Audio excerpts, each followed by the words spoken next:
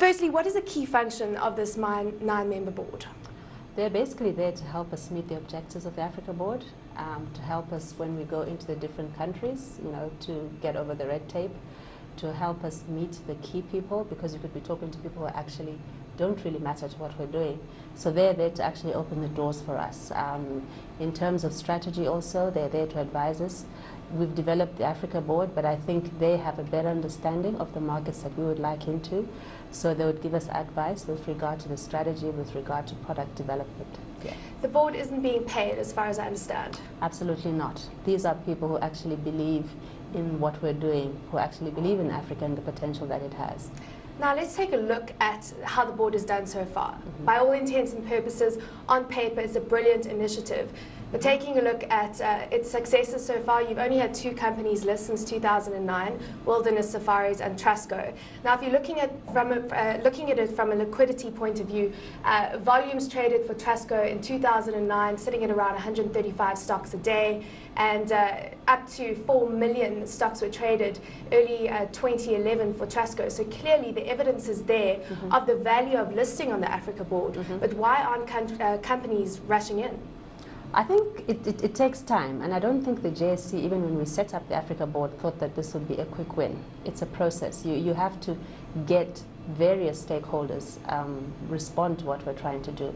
It's not as easy as just walking into a company here and talking to the executives and it's a done deal.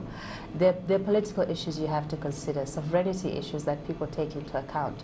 So, and even from an exchange perspective, we cannot discount the exchange. So when we go into those countries, you're talking to various stakeholders who all play a key role. And also, I think, in as much as from an external perspective, people look at the listings, I think for us it goes beyond that. The Africa Board was set up to also help develop the capital markets on the continent.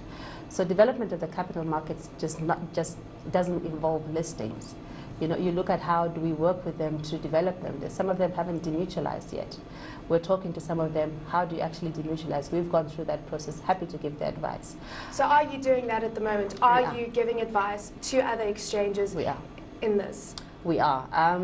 Apart from demutualization, the exchanges that want to develop secondary boards like Altex, so we are in discussions with them to give them our experience. In as much as the Africa Board is there to get companies listing here and to get more foreign investment, I think you cannot neglect the domestic market. So for instance, in the SADC region, we're talking financial literacy programs, which we have developed quite extensively.